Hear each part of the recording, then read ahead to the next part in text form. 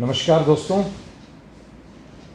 आज गुरुकुल की इस कक्षा में हम कबीरदास जी की एक और पद को समझने का प्रयास करेंगे।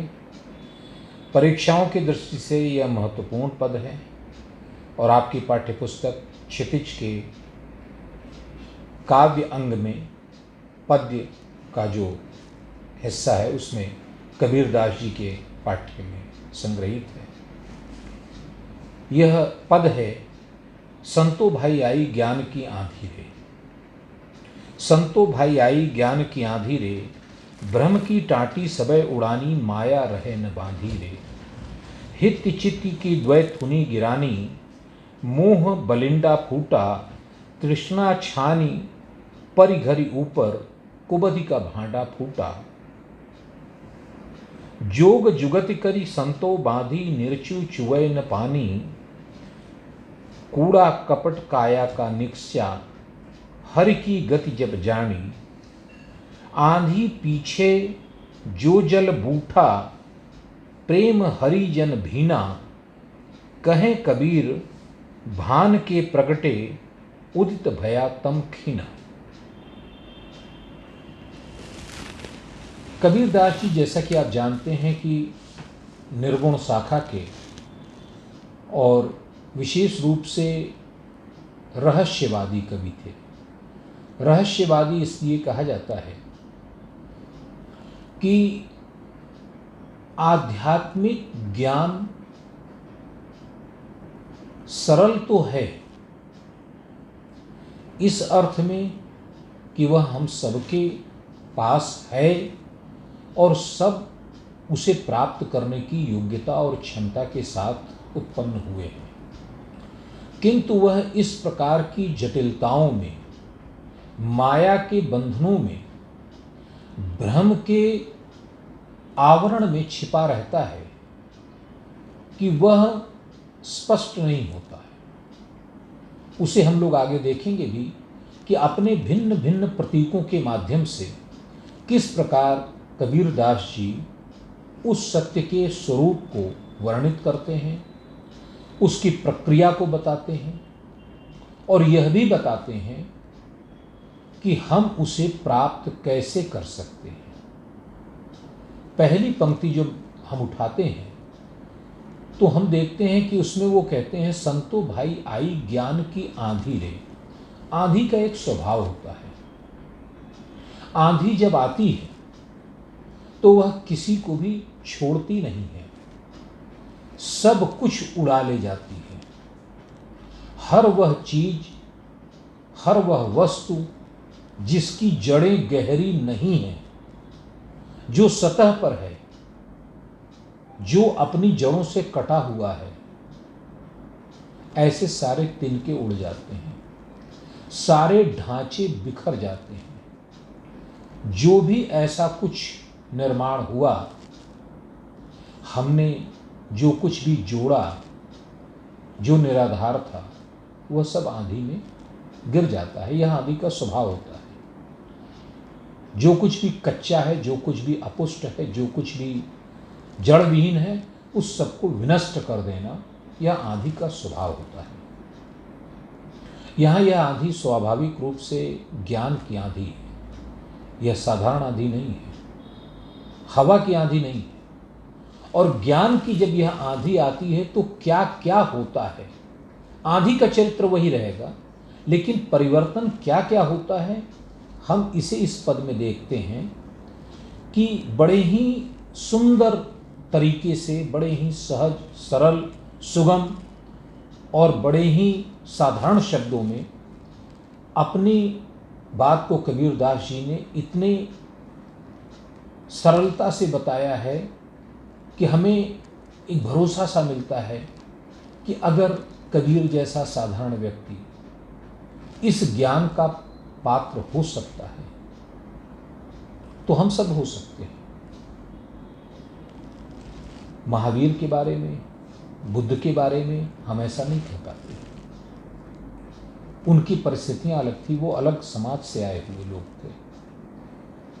लेकिन कबीर, जिनके जन्म का पता नहीं, जिनकी परवरिश का पता नहीं, जब वह ज्ञान की ऐसी बातें करते हैं और यह भरोसा दिलाते हैं, पूरा गारंटी देते हैं कि आप उस ज्ञान के पात्र हो नहीं, बल्कि वह ज्ञान आपके अंदर वर्तमान है, आप उसी सत्य का अंश हो, तो भरोसा होने लगता है कि हम सभी प्राप्त कर सकते हैं उसको।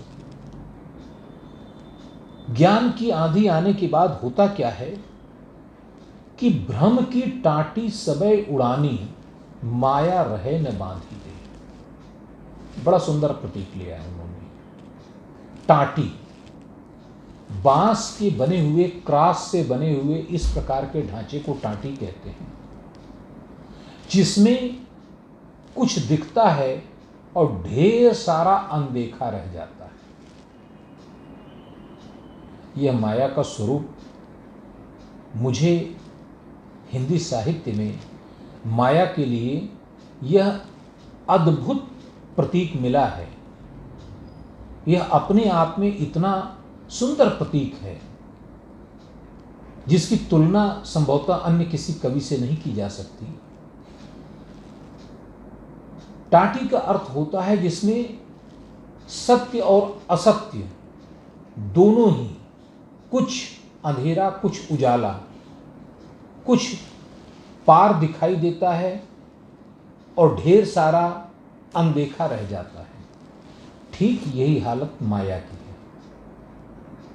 माया संपूर्ण अज्ञान नहीं है, माया ज्ञान भी नहीं है, माया संपूर्ण असत्य नहीं है और माया सत्य भी नहीं है। एक उदाहरण लेते हैं। आप स्वप्न में जब होते हैं तो वह स्वप्न आपको सत्य लगता है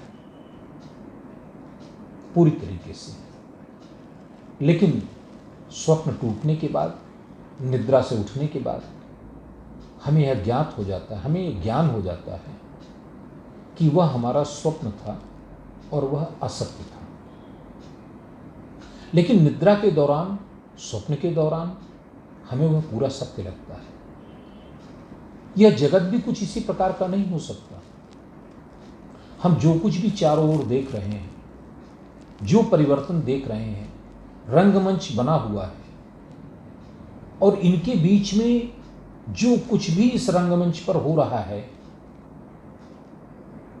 यह स्वप्न नहीं हो सकता। ज्ञानी पुरुष के लिए यह स्वप्न है, क्योंकि जब ज्ञान का प्रकाश फैलता है तो उसे यह आभास हो जाता है, उसे यह पूरी तरह स्पष्ट रूप से दिखाई देने लगता है कि यह सारा कुछ एक माया का रंगमंच है, जिस पर हम अपने अपने भ्रम के घेरे में बंधे हुए अपनी अपनी भूमिका का निर्वाह कर रहे हैं। तो इसके लिए उन्होंने टाटी का प्रतीक लिया कि भ्रम की जो टाटी है वह उड़ गई। अगर कोई टाटी लगा के पीछे कुछ भी पड़ा हुआ है तो वह पूरा दिखता भी नहीं और पूरा छिपता भी नहीं। आप देख तो रहे हैं लेकिन उसके सत्य स्वरूप को नहीं जान पा रहे हैं। लेकिन अगर वह टाटी हटा दी जाए तो तब सत्य सामने आ जाएगा। और यह टाटी जो माया की थी वह इस आंधी में उड़ गई। ज्ञान की आंधी आने के बाद भ्रम का कोई स्थान बाकी नहीं रहा और भ्रम की टाटी सबे उड़ानी, माया रहे न बांधी रे। और जब भ्रम की टाटी उड़ गई तो माया का बंधन भी तो खत्म हो गया, क्योंकि माया का बंधन इसी पर था कि सत्य कुछ आपको दिख रहा था और ढेर सारा भ्रम भी दिख रहा था।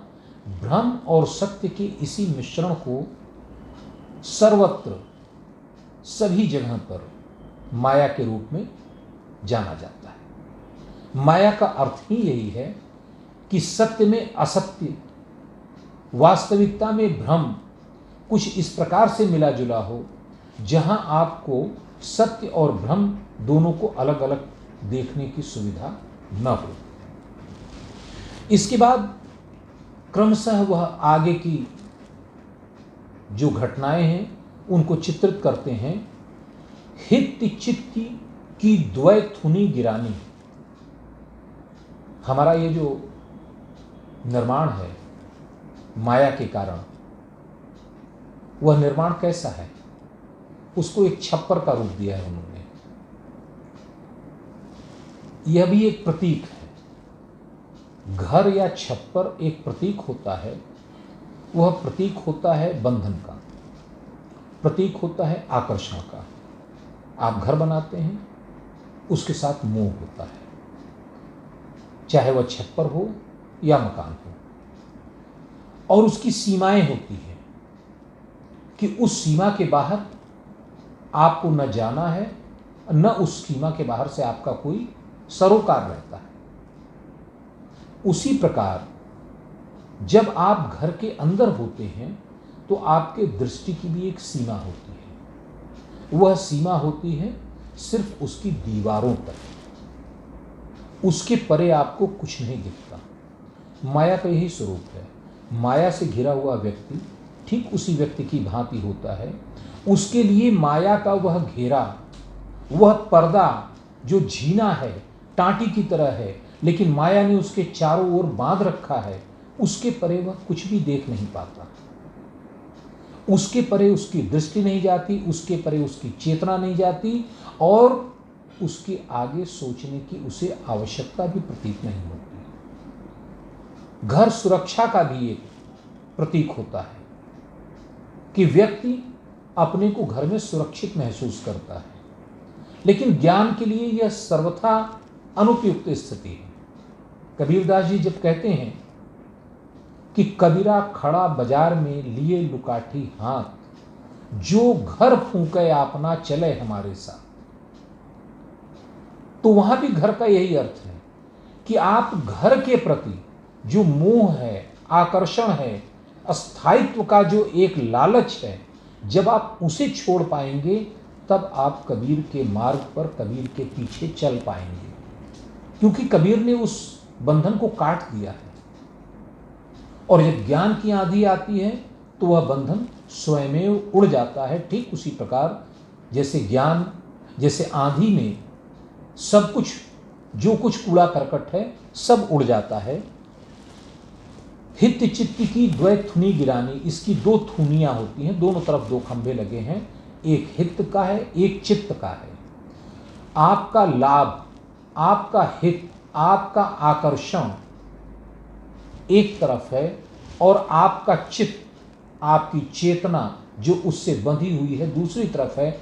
इन दोनों ने दो खंभे का निर्माण किया है, और मोह बलिंडा टूटा। जब ये दोनों हट जाते हैं, ज्ञान की आंधी आने के बाद, ज्ञान का प्रकाश फैलने के बाद, तो बलिंडा कहते हैं उस दोनों खंभों पर रखे हुए उस तीसरे मोटे लकड़ी के टुकड़े को, जिस पर पूरा छप्पर पड़ा होता है। तो जब ये दोनों खंभे टूट गए तो मोह बलिंडा टूटा, वह भी अपने आप नीचे गिर जाता है। और जब ऐसा होता है तो वह जो छप्पर कथित रूप से व्यक्ति के आकर्षण का, उसकी सुरक्षा का, उसकी दृष्टि को सीमित करने का, उसकी सोच को कम करने का जो एक साधन था, जो उसकी दृष्टि को अनंत आकाश तक नहीं पहुंचने देता था, वह भी गिर जाता है। अर्थात आप अपनी ओर बंधे हुए सभी इस प्रकार के बंधनों से, आवरणों से, सीमाओं से मुक्त होकर असीम के सम्मुख पहुंच जाते हैं। आपका सामना, आपका साक्षात्कार अनंत सत्ता के ठीक सामने हो जाता है। यहां थोड़ा सा वह और इसको आगे ले जाते हुए कहते हैं कि तृष्णा छानी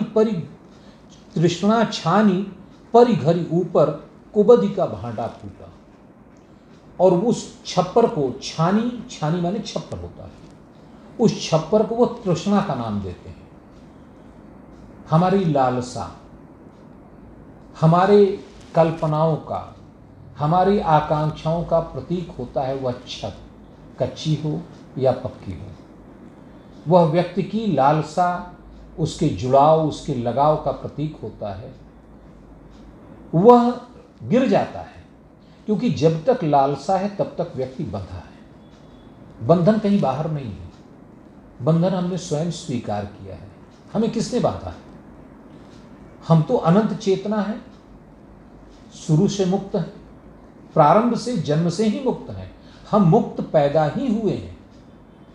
बंधन तो हमने अपने ऊपर ओढ़ा है, और जब वह गिर जाता है तो वह बंधन भी टूट जाता है।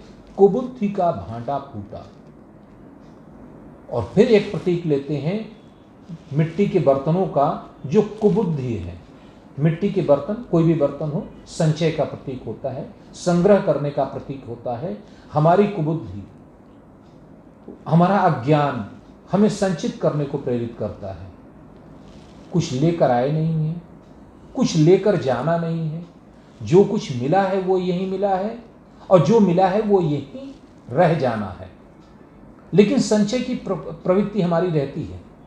तो वह जो मिट्टी का घड़ा, जिसको वह कुबुद्धि का भांडा कहते हैं, वह प्रतीक है कि हमारी जो कुबुद्धि ने संचय करने की जो प्रवृत्ति कर रखी थी, इस आंधी में छप्पर गिर जाने के कारण, तृष्णा के समाप्त हो जाने के कारण कुबुद्धि का वह बर्तन भी फूट जाता है और वह भी समाप्त हो जाता है। जोग जुगति करी संतो बांधी निरचु न पानी। अब यहां पर एक बीच में वह बात और भी लाते हैं इस सामान्य प्रक्रिया के बीच में, कि संत या ज्ञानी पुरुष, उन्होंने जो बांधा होता है वह बड़ा जोग जुगति कर बांधा होता है। संत किसे कहते हैं? वास्तविक संत नहीं, जिन्होंने ब्रह्म का साक्षात्कार किया है उनकी बात नहीं कर रहे हैं। हमारे उन संतों की बात कर रहे हैं जो हमारे लौकिक जीवन में, हमारे सांसारिक जीवन में, जिन्हें हम संत कहते हैं। दोनों में फर्क नहीं है। संग्रह आप भी करते हैं, संग्रह वह भी करते हैं। आप लोभ के कारण संग्रह करेंगे, हम लोभ के कारण संग्रह करेंगे, वह त्याग के नाम पर संग्रह करेंगे, लेकिन प्रवृत्ति दोनों की एक है, उसमें कोई फर्क नहीं है। हमने अपने अज्ञान को अज्ञान के रूप में प्रस्तुत किया है, उन्होंने अपने ज्ञान को, अपने अज्ञान को ज्ञान के शब्दों का, बड़े बड़े वाक्यों का आवरण दे दिया है, लुभावना हो गया है। लेकिन फर्क कुछ भी नहीं है। वहां पर वह प्रयास करते हैं कि इस प्रकार का निर्माण हो कि जरा सा भी पानी न चूए। ज्ञान की आंधी आने के बाद भी पानी न चूए। ध्यान रखिएगा, ज्ञान से वह भी उतनी ही दूर है जितना आप हैं। सत्य उनके लिए भी उतना ही अगम्य है, अबोध है, जितना एक सामान्य व्यक्ति के लिए है। वहां एक फर्क आता है। कूड़ा कपट काया का निक्ष्या हरि की गति जब जाने। लेकिन जब वे हरि की गति को जान लेते हैं, जब वह हरि अर्थात परमात्मा, परमेश्वर, परम सत्ता, अल्टीमेट पावर, जब उसकी वास्तविक गति को, वास्तविक स्वरूप को वे जान लेते हैं, तो इस काया का जो भी कूड़ा कपट था, इसमें जो भी हमने लोभ, मोह, घृणा, द्वेष जो भी इकट्ठा कर रखा था, वह सब निकल जाता है। वह सब इस ज्ञान की आंधी में बह जाता है। और अंतिम पंक्तियों में वे कहते हैं कि आंधी पीछे जो जल बूठा।